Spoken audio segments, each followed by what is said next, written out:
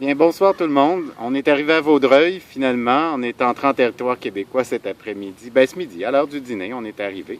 Puis on s'est dit qu'on pourrait faire un premier bilan de la partie ontarienne de la voie du Saint-Laurent. Comment ça s'est passé, l'hébergement, la route, l'état des routes, les conditions, tout ça. Vous faire un premier portrait de tout ça. Alors, on va commencer avec...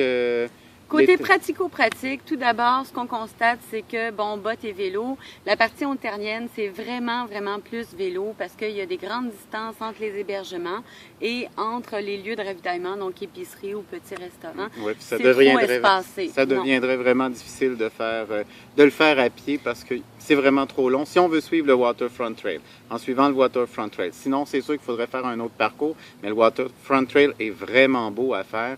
Il longe le lac Ontario, longe le fleuve Saint-Laurent. C'est magnifique. C'est à faire à vélo, en tout cas. Donc, si on règle la question, vélo. Vélo, maintenant, qualité des pistes. J'ai noté tout ça, j'ai regardé. Pour moi, là, le Waterfront Trail, 90% de belles pistes à faire. Soit c'est de la petite roche, soit c'est de la belle route asphaltée. Généralement, accotement très large.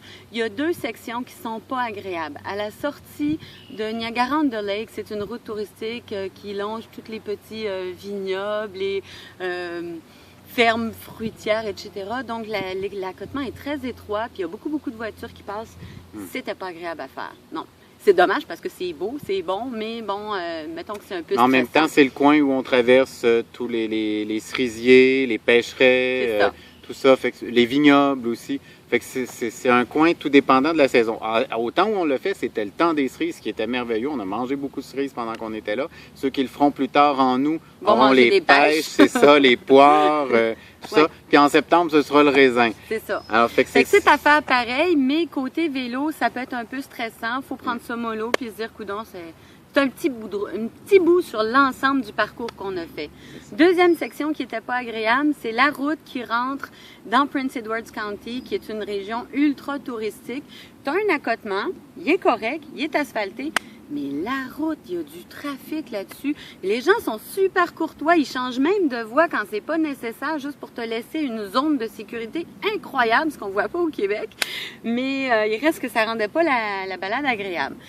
Donc, ces deux petites sections-là, tout le restant du temps, c'est soit de la route de campagne un peu vallonneuse, soit du hors-route, soit carrément le super bel accotement asphalté sur lequel on peut filer à toute vitesse à travers toujours des paysages vraiment fantastiques. Donc, qualité vélo géniale. Ça fait 2 fois qu'on le fait, ça fait 2 fois que j'adore. Et encore une chose par rapport à Prince Edward County, c'est une région qui est touristique, très fréquentée. Donc la route, il y a beaucoup de monde, même si l'accotement se roule bien en vélo. Mais c'est l'endroit aussi où il y a plein de vignobles, on peut s'arrêter un peu partout, des beaux petits villages très coquets à visiter. Dégustations, on peut manger de tout. C'est vraiment la place où aller. C'est ça. Bon, côté vélo, pendant 4-5 km, c'est un petit peu moche. Maintenant, ensuite, côté hébergement. Oui, côté hébergement, en général... En général, ce qu'on a calculé, nous, on a fait une moyenne pour l'ensemble de nos 8 nuitées. Ça nous revient pour 2 à 60 $. Ça veut dire 30 $ par personne si on le fait à 2, comme on le fait. Donc, Niagara, Toronto, des auberges de jeunesse, une quarantaine de dollars avec tout le confort des auberges de jeunesse habituelles. Ensuite de ça, il y a 3 places, Cornwall, Kingston et... Brookville. Il y a le Collège Saint-Laurent qui offre des résidences étudiantes. C'est super. On vous a fait un petit vidéo là-dessus. C'est pas cher. C'est en bas de 70 $ pour deux. Pour une personne, c'est aux alentours de 40-45 $ selon la ville que vous choisissez. C'est vraiment bien. C'est pas exactement les mêmes tarifs d'une ville dans les 3 collèges, les 3 campus différents. Pas exactement les mêmes tarifs, mais ça se rapproche quand même assez bien. Et vraiment de qualité. Vous avez vu le vidéo qu'on a laissé sur Facebook. C'était vraiment très bien ces résidences-là. En plus, on a un accès Wi-Fi, cuisine, tout ça. Les douches sont très bien. Ils fournissent les serviettes, tout ça, les draps, tout. On n'a pas à avoir le sac de couchage. C'est ça, on avait même le charcoal à Cornwall. Donc, il reste malgré tout, pour ceux qui aiment un petit peu plus de confort, il y a les gîtes. Les gîtes coûtent généralement plus que... le moins cher va être à 80 $ la nuit, c'est vraiment le moins cher. Sinon, il y a les hôtels, motels qu'on trouve un peu partout. Le camping n'est pas très cher, d'habitude une quarantaine de dollars. Le hic avec les campings gouvernementaux, c'est que d'habitude, ils sont dans un espace vert, donc un peu loin d'une épicerie. Il faut juste prévoir d'avoir la nourriture avant de se rendre au parc, parce que si on est à vélo ou à pied, on n'aimera pas se retaper encore quelques kilomètres pour aller faire une épicerie, parce que leur petite épicerie de dépannage, c'est vraiment juste du dépannage. On y trouve pas toujours tout à fait ce qu'on voudrait pour un bon repas. On a fini une soirée avec une sandwich aux œufs à un moment donné. C'est ça. Deux endroits encore à éviter si on ne veut pas que ça nous coûte trop cher. Niagara-on-the-Lake, il n'y a à peu près rien en bas de 100 $. Vraiment, il faut chercher là, vraiment rien.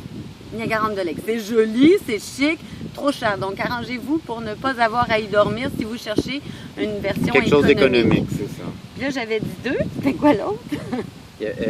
Prince Edward County. Ah, Prince Edward County. C'est tellement coquet. C'est les deux régions qui sont très touristiques, c'est ça. Donc, ce qui est ça surprenant, par contre, parce que Toronto et les chutes Niagara ont des tarifs accessibles, mais Niagara-on-the-Lake et Prince Edward County sont extrêmement chers. Mais il faut dormir à Prince Edward County, donc on calcule soit un camping, il y en a à tous les goûts, un petit motel, il y a sûrement moyen de trouver pas cher. Nous, ce qu'on a trouvé était vraiment coquet, on pouvait se faire à manger, on a même pu faire notre lavage.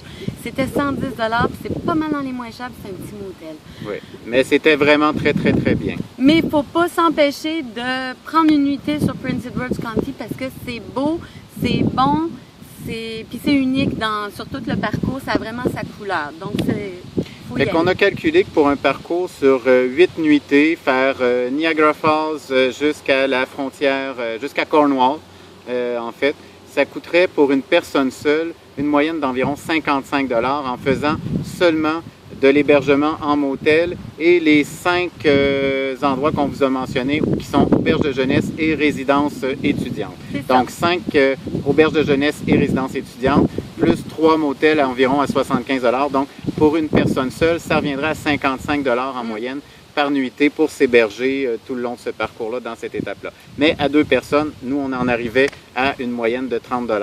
C'est sûr que si les personnes choisissent, au lieu d'aller au motel, dans les 3 nuits qui ne sont pas auberge de jeunesse ou résidence, à ce moment-là, on baisse la moyenne, on revient à une moyenne de 40 $ pour une personne seule qui ferait le trajet. Côté météo, parce qu'au Québec, on se préoccupe tout le temps de la météo, on n'a eu que du beau temps, sauf un moment, même si à la radio, il annonçait tout le temps de la pluie, on n'en a pas eu, c'est passé en vent. On a eu une averse un avant-midi de temps et un gros orage un soir pendant qu'on était en train de souper. C'est tout. Côté moustique, un petit peu un soir, dans un camping à la Brunante, rien de pire que ce qu'on aurait dans une cour à Montréal. Donc, vraiment. Et ensuite, pour se procurer de tout, peu importe ce qu'on a de besoin, il y a toujours un endroit. Au pire, allez, si vous manquez d'eau ou quoi, il y aura toujours une maison à laquelle vous pouvez aller cogner pour demander de remplir votre bouteille d'eau. Mais sinon, vous avez accès à tout. Il y a toujours un endroit où vous pourrez trouver. Puis comme Brigitte te disait, c'est ça, si les moustiques vous dérangent, c'était vraiment pas un problème sur tout le parcours. Voilà, donc c'est notre premier bilan. Premier bilan. Oui. On va refaire un autre bilan après la partie québécoise. Oui. Merci de nous suivre. Bonne soirée.